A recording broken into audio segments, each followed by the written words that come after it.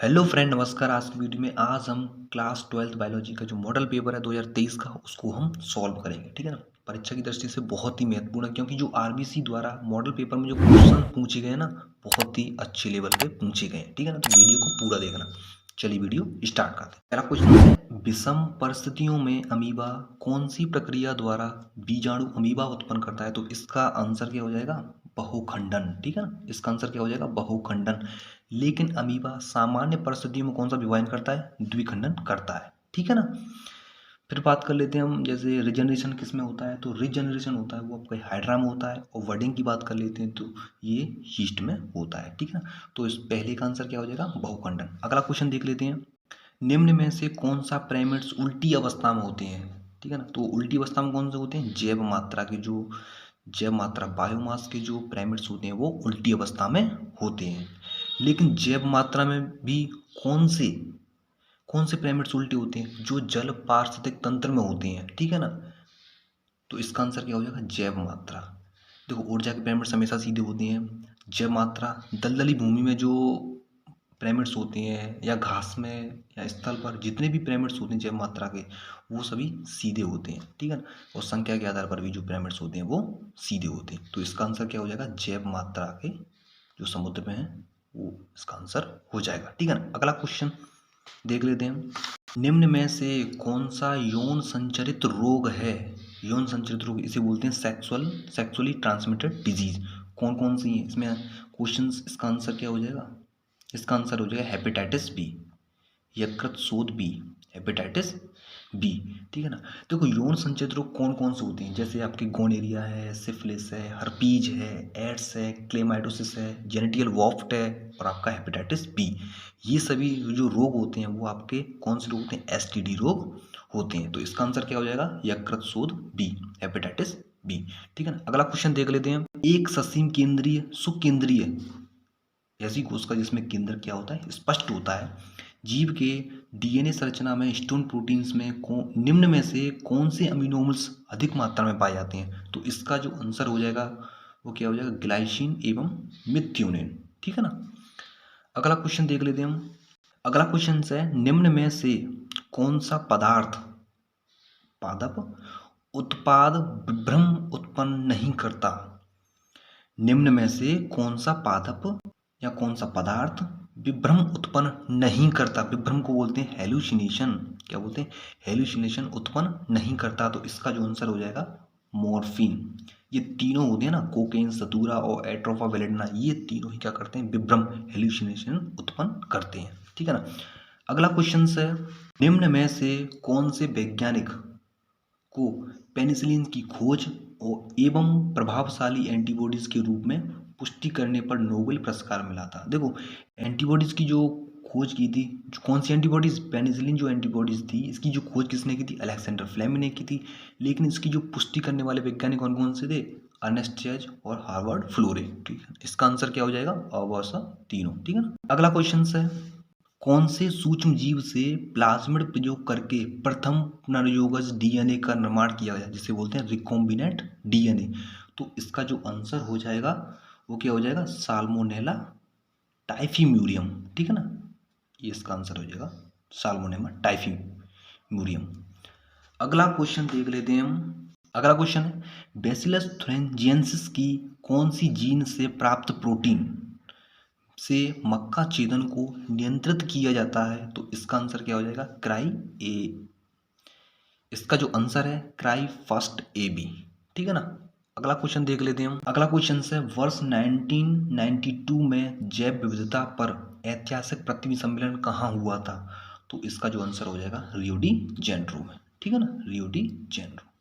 ठीक है। Question number 2, fulfil in the blanks वाले क्वेश्चंस आ गए आपके। तो इसका पहला क्वेश्चन है, सबसे पहले दिया है, स्पेस में पुष्प रंग की वंशागति स्पेस प्रभाविता को दर्शाता है। तो देखो, पुष्प रंग की वंशागति, जब रंग कहा जाता है तो उसमें कौन सा एक तरह से मेंडल का कौन सा नियम इसमें यूज होता है? तो वो है आपका अपूर्ण प्रभाविता का नियम, जिसे बोलते हैं इनकम्प्लीट डोमिनेंस वाला आ जाएगा। ठीक है। इनकम्प्लीट डोमिनेंस अब कौन से पुष्पों में होता है? वो होता है श्यान पुष्पों में। कौन से पुष्पों में होता है? श्यान पुष्प जिसे बोलते हैं हम एंटीराइनम, ठीक है ना, एंटीराइनम या स्नैप ड्रैगन, ठीक है ना। अगला क्वेश्चन देख लेते हैं हम। स्पेस दिया है, ऐसे ड्रग हैं जो हमारे केंद्रीय तंत्रिका तंत्र और जठरांत्र पथ में मौजूद विशिष्ट रिसेप्टर्स से बंध जाते हैं। तो इसका जो आंसर हो जाएगा वो होगा ओपिओइड।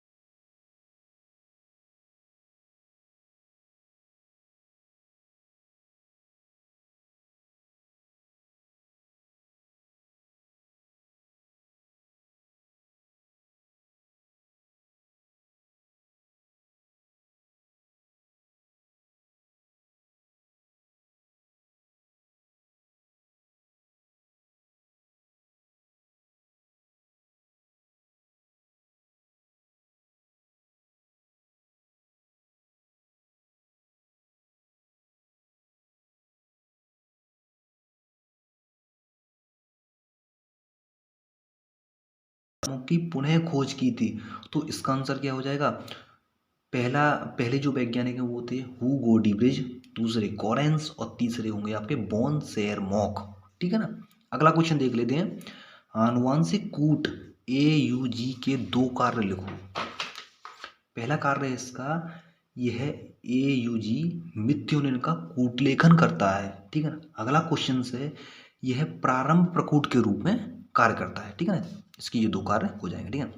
अगला क्वेश्चन से है, मुक्तजीवी एवं सहजीवी सूक्ष्म जीवों के 2 उदाहरण दीजिए। देखो मुक्तजीवी कौन कौन से होते हैं आपके? मुक्तजीवी हैं आपके, एक हो जाएगा आपका एजो बैक्टर और दूसरा हो जाएगा एजो स्पाइरिलम, ठीक है ना। दोबारा मैं बता देता हूँ आपको कि एक हो जाएगा आपका एजोबैक्टर और दूसरा है एजो स्पाइरिलम, ठीक है ना। सहजीवी सूक्ष्म जीवों के बारे में बात करते हैं, कौन कौन से होते हैं सहजीवी? जैसे एक हो जाएगा आपका लाइकेन और दूसरा होगा राइजोबियम, ठीक है ना। ये आपका क्लियर हो गया। अगला क्वेश्चन है, भारत सरकार के उस संगठन का नाम बताइए जो जीएम अनुसंधान संबंधी कार्यों की वैधानिकता पर निर्णय लेता है। तो वह कौन सा संगठन है? वह संगठन है जैक, GEA,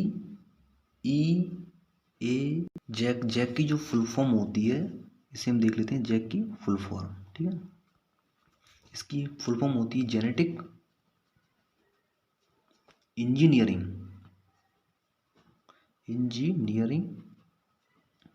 अप्रूवल कमिटी, ठीक है ना। अगला क्वेश्चन देख लेते हैं। तुंगता बीमारी जिसे बोलते हैं अल्टीट्यूड सिकनेस, कौन से क्षेत्रों में होती है? इस बीमारी का एक कारण लिखिए। जो आपकी अल्टीट्यूड सिकनेस होती है ये अधिक ऊंचाई वाले क्षेत्रों में होती है। जितने भी जो आपके पहाड़ी इलाके होते हैं वहाँ पे अल्टीट्यूड सिकनेस बीमारी होती है, ठीक है ना। क्योंकि जो जैसे जैसे ऊंचाई पर जाते हैं वहाँ पे क्या होता है, जो ऑक्सीजन लेवल है वो कम होता जाता है। कम होने के कारण क्या होता है, जैसे सिर दर्द है, चक्कर आना, उल्टी आना, थकान जैसे कुछ क्रियाएं होती हैं, ठीक है। अगला क्वेश्चन है, बायोमैग्निफिकेशंस को परिभाषित कीजिए। तो इसमें बायोमैग्निफिकेशन की डेफिनेशन आपको बतानी है, ठीक है ना। अगला क्वेश्चन खंड वा का है, इसमें आपका 4 नंबर का जो क्वेश्चंस है इसको हम देख लेते हैं। शुक्र जनन एवं अंड जनन का आरेखीय चित्रण कीजिए। इसके लिए आपको क्या करना पड़ेगा, एक तो आपको स्पर्मेटोजेनेसिस oogenesis का जो आरेखीय निरूपण करना है। तो इसके लिए देखो आप ये है, ये देख सकते हो आपका, ये स्पर्मेटोजेनेसिस की पूरी प्रक्रिया है, किस तरह से इस स्पर्मेटोजेनेसिस की क्रिया के द्वारा एक स्पर्म का निर्माण होता है। और यहाँ पे देख लेते हैं oogenesis की क्रिया के द्वारा किस तरह से एक ओवम अंडाणु का निर्माण होता है। आप इस डायग्राम्स को बना सकते हो, ठीक है ना। इसके बाद अगला क्वेश्चन है, पुरुष की सहायक नलिकाओं के नाम एवं कार्य लिखिए। कौन कौन सी सहायक नलिकाएं होती हैं, उनके कार्य भी बताने हैं। तो इसका आंसर हो जाएगा, इसके आंसर में आपको सहायक ग्रंथियां, देखो इसमें 3 पार्ट्स या सहायक जो नलिकाएं हैं उसके 3 भाग होते हैं। कौन कौन से होते हैं, प्रोस्टेट ग्रंथि, और आपका अगला है काउपर ग्लैंड्स, और तीसरा है आपका सेमिनल वेसिकल्स। ये तीनों के बारे में क्या करना पड़ेगा, आपको डिफाइन करना पड़ेगा, ठीक है ना। ये आप आंसर में या क्वेश्चंस में लिख सकते हो, ठीक है ना। अगले क्वेश्चंस की हम बात कर लेते हैं। मेंडलीव विकारों के कोई 3 उदाहरण लिखते हुए किसी एक पर संक्षिप्त में टिप्पणी लिखनी। देखो मेंडलीव विकार कौन कौन से हैं, पहला है आपका हीमोफीलिया, ठीक है ना। दूसरा है आपका sickle cell anaemia, sickle cell anaemia. तीसरा है आपका फिनाइल कीटोनूरिया,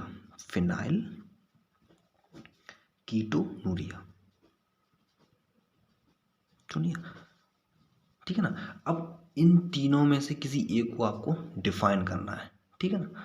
अगला क्वेश्चन हम देख लेते हैं, स्वतंत्र अपव्यूह के नियम को पनेट वर्ग बनाकर समझाइए। इसको आपको जो पनेट वर्ग है वो आपको बनाकर समझाना है। तो इसका आंसर देख लेते हैं हम। इसमें सबसे पहले आपको स्वतंत्र अपव्यूह का नियम लिखना है, लॉ ऑफ इंडिपेंडेंट असॉर्टमेंट, ठीक है। सबसे पहले आपको ये वाला नियम लिखना है। नियम लिखने के बाद फिर आपको ये डायग्राम बनाना पड़ेगा, जो पनेट वर्ग का आपको डायग्राम पूछा है, इस डायग्राम को बनाना है और इसके बारे में आपको थोड़ा बहुत डिफाइन भी करना है, ठीक है ना। इसके बाद हम अगला क्वेश्चन से अपसारी विकास एवं अभिसारी विकास में अंतर स्पष्ट करें। डिफरेंस करना है अपसारी विकास और अभिसारी विकास में, ठीक है ना। अगला क्वेश्चन लेते हैं हम, मानव के उद्भव एवं विकास पर संक्षिप्त टिप्पणी लिखनी है, ठीक है ना। तो इसका आंसर हम देख लेते हैं। इसका आंसर ये रहा। तो इसमें से आपको जो इम्पोर्टेंट पॉइंट्स हैं उनको पुटअप करना है, ठीक है ना। इसमें से आपको इम्पोर्टेंट पॉइंट्स हैं उनको पुटअप करना है, ठीक है। ये आपका आंसर हो जाएगा। थोड़ा बहुत इधर की साइड भी है, थोड़ा बहुत ये डायग्राम्स आपको बनाने पड़ेंगे, ठीक है ना। ये डायग्राम्स आपके हैं ना। तो मेन चीज़ आपको थोड़ा बहुत इसमें से जो इम्पोर्टेंट पॉइंट हैं वो आपको पॉइंट बना के लिख देने, ठीक है ना। अगला क्वेश्चन हम देख लेते हैं।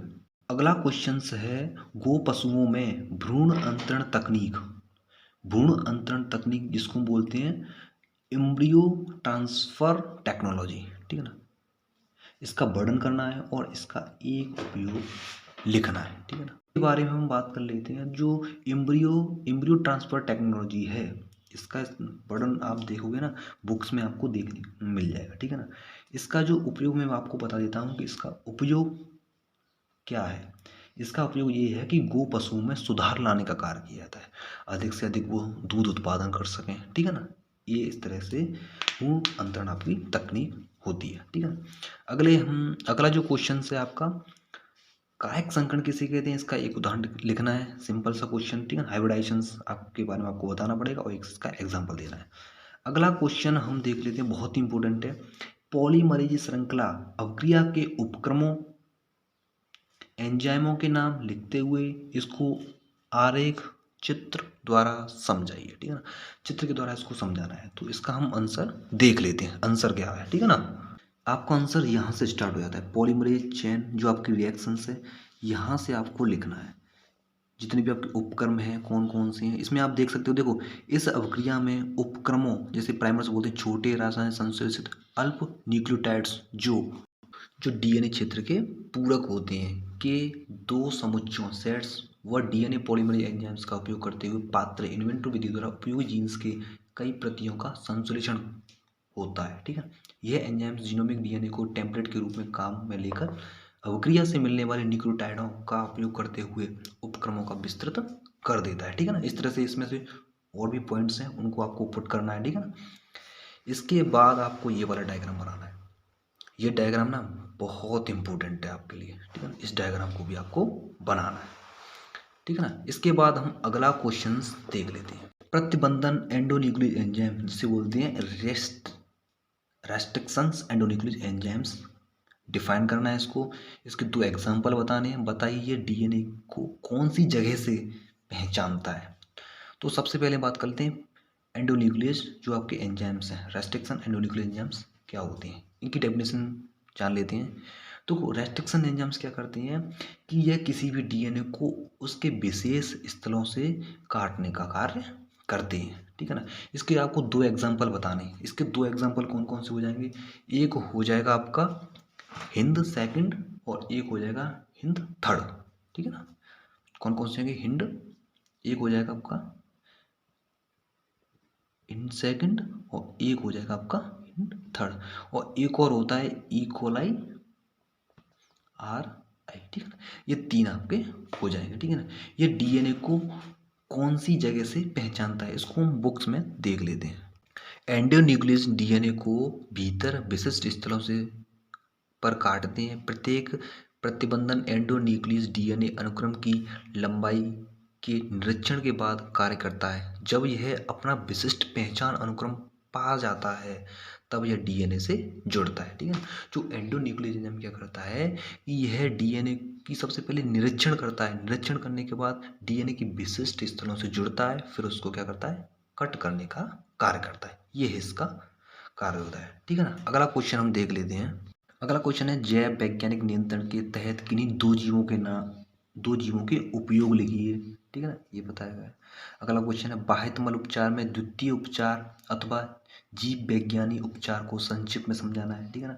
जो आपका इसका बायोलॉजिकल ट्रीटमेंट बताना है, इन सीवेज ट्रीटमेंट, ठीक है ना। अगर होता आपको 2-3 लाइन लिखनी पड़ेंगी। इसके बाद कितने प्रकार के रोध बैरियर्स होते हैं, वो 4 प्रकार के होते हैं। पहला है आपका फिजिकल बैरियर, दूसरा आपका फिजियोलॉजिकल बैरियर, तीसरा है आपका सेल्यूलर बैरियर, फोर्थ नंबर का है आपका साइटोकाइनेन बैरियर्स, ठीक है। इनके बारे में आपको लिखना पड़ेगा, ठीक है ना। अगला क्वेश्चन हम देख लेते हैं। अगला क्वेश्चन है निम्नलिखित को परिभाषित करते हुए अगला क्वेश्चन है डीएनए का अर्धसंरक्षी प्रतिकृतिकरण जिसे बोलते हैं हम क्या, डीएनए सेमी कंजर्वेशन। यह किसने सिद्ध किया, उनके प्रयोग को विस्तार से समझाएंगे। सबसे पहले बात कर लेते हैं जो डीएनए है। डीएनए एक सेमी कंजर्वेशन विधि द्वारा रिप्लिकेशन करता है। डीएनए सेमी कंजर्वेशन विधि द्वारा रिप्लिकेशन करता है। तो यह वैज्ञानिकों ने ये सिद्ध किया था। तो इन वैज्ञानिकों के नाम क्या था, वैज्ञानिक का नाम है मेल्सन और स्टाल ने ही सिद्ध किया था कि डीएनए होता है वो सेमी कंजर्वेशन विधि द्वारा रिप्लिकेशन करता है। आपको ये वाला प्रयोग विस्तृत तरीके से बताना पड़ेगा, ठीक है ना। ये वाला प्रयोग है ना जो मेल्सन और स्टाल का प्रयोग है, ये आपको पूरा का पूरा आपको बताना पड़ेगा और इसका डायग्राम भी बनाना पड़ेगा, ठीक है ना। जो ये वाला डायग्राम है ना, ये डायग्राम भी आपको बनाना पड़ेगा, ठीक है ना। अगला क्वेश्चन देख लेते हैं कि बैक्टीरिया में अनुलेखन प्रक्रिया को समझाइए एवं आरेख चित्र बनाइए। जो ट्रांसक्रिप्शन वाली प्रोसेस है वो बतानी है बैक्टीरिया के अंदर, ठीक है ना। ये भी आप अपने बुक्स में देख सकते हो, ठीक है ना, वो आपको मिल जाएगा। अगला क्वेश्चन देख लेते हैं हम। एक प्रारूपी आवृतबीजी पादप में गुरु बीजाणु जनन की प्रक्रिया को विस्तार से समझाते हुए परिपक्व भ्रूण कोश का आरेखीय चित्र बनाइए। बहुत ही इंपॉर्टेंट क्वेश्चन है, ठीक है ना। इसको हम बुक्स में देख लेते हैं, ठीक है ना। इस क्वेश्चन में आपको इस तरह से ये डायग्राम्स बनाने पड़ेंगे जिसमें मेगास्पोर्स का निर्माण होता है, ठीक है ना। ये डायग्राम्स बनाने के साथ साथ इसमें आपको गुरु बीजाणु जो है मेगास्पोरोजेनेसिस की जो पूरी प्रक्रिया है वो आपको इसमें बतानी पड़ेगी, ठीक है ना। इसके बाद इसमें पूछा है कि परिपक्व भ्रूण कोश का आरेखी चित्र बनाइए। तो चित्र में आप इसको बना सकते हो, ठीक है ना। ये आपका आंसर हो जाएगा, ठीक है ना। इसके बाद हम अगला क्वेश्चन देख लेते हैं कि परागण कितने प्रकार का होता है। संक्षिप्त में टिप्पणी लिखिए एवं परागण के किसी एक अजैवीय कारक को उदाहरण से समझाइए। देखो सबसे पहले आपको परागण की डेफिनेशन लिखनी, डेफिनेशन लिखने के बाद कितने टाइप्स के होते हैं, 3 टाइप्स के होते हैं। कौन कौन से होते हैं? एक होता है आपका जल परागण होता है, वायु परागण होता है, एक होता है कीट परागण, ठीक है ना। इसमें से किसी एक विधि को, जैसे आप कीट परागण ले लें तो उस इस तरह से मैंने पूरे पेपर्स को सॉल्व कराने की कोशिश की है। और दोस्तों वीडियो अच्छी लगी है तो वीडियो को लाइक करें, शेयर करें और भाई हमारे चैनल को सब्सक्राइब करें, ठीक है ना। तो मिलते हैं किसी एक नए पेपर्स के साथ, नई वीडियो के साथ। तब तक के लिए जय हिंद, जय भारत।